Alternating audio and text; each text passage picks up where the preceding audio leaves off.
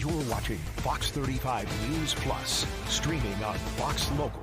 Welcome back into Fox 35 News Plus. I'm Garrett Wymer, and thanks for joining us on this Thursday morning. Today marks 5 years since the death of civil rights leader and Congressman John Lewis.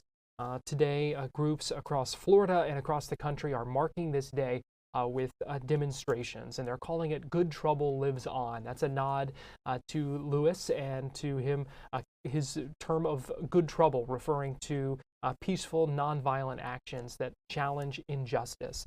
We know of a long list of events, like I said, not just here in Florida, but across the country. Here's a look, though, at the each dot representing a different event all across the state. Really a lot of different areas represented there. In our area, there was one this morning in DeLand, one's later today in Palm Coast, Melbourne, Orlando, Altamont Springs, a number of different events here in Central Florida. Just a little bit ago, I spoke with Michael Kniat, who's the media liaison for the Brevard Progressives group that is organizing the event in Melbourne. We talked about why this is an important event and what he wants people to take away from their demonstration this evening. Well, we'll be meeting this afternoon in downtown Melbourne at the corner of State Road 192 and Evans Road from 5 p.m. to 7:30 p.m. We're picking this day in particular because today is the 5th year anniversary of the passing of Congressman John Lewis. John Lewis, who is, of course, one of the greats, the all-time greats, civil rights champions of this country. We feel it's entirely appropriate to be celebrating the life of John Lewis at this time in particular, when civil rights and human rights are under such serious assault by the rogue Trump regime in Washington. And anything in particular that y'all are kind of protesting? Well, let me just take a moment and say a few things about John Lewis. John Lewis was in fact a great man. He was one of the instrumental forces in the early 1960s civil rights movement. He was instrumental in the Freedom Riders movement in the early 60s in the South. He was one of the prime movers and organizers of the 1963 March on Washington, and he had a major effect on the Civil Rights Act of 1964. Over a period of 30 years serving as a congressman in the 5th District of Georgia, he was a champion of civil rights every single day. He was a man marked by great moral courage and integrity. So we honor John Lewis first and foremost on this day. With respect to the Trump administration, Donald Trump has been he's been waging a systematic, ongoing campaign of warfare against the civil rights infrastructure in this country, infrastructure that's been under development for over 100 years now. He's been systematically dismantling all the civil rights divisions of the major departments and agencies of the federal government, the Department of Education, the Department of Justice, even the Social Security Administration. He's been attacking diversity, equity, and inclusion programs within the government as well as the private sector as a pretext for attacking civil rights on the premise that DEI discriminates against white people.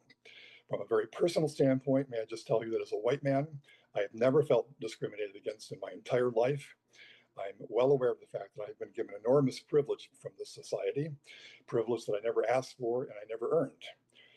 On a very personal basis, I feel a moral responsibility to make use of that privilege for the benefit of those who have not been so privileged. I'm referring primarily to immigrants, people of color, and women. Why is today such a good day? With the tie to John Lewis, why do you think this is such a good day to kind of get that message out? Well, it's appropriate. People will be thinking about the legacy of John Lewis on this day. We feel it's important to remind everybody of how great a man John Lewis was and the wonderful things he did for this country, and particularly for those who have been disadvantaged and marginalized in this country. It's an appropriate time to celebrate John Lewis's life because of the oppressive political climate that we're experiencing at this time. And this comes on the heels of a large No King's Day protest there in Brevard County. What do you hope people kind of take away from this when they see you all out at the corner again this evening? Well, we did in fact have a very successful No King's Day on June 14th. We had official RSVPs amounting to about 3,000 people. We have reason to believe that there were far more than those who actually showed up to the event. This event will probably not be quite as large since it's on a weekday and some people are not able to make it because of work constraints. But we wish to remind them once again that there is a community of people who are aware of the excesses of the rogue Trump regime, and we're doing everything we can to fight back against it. We welcome people of all backgrounds and all political persuasions, quite frankly, because we all have a stake in the outcome of what's happening in this country right now.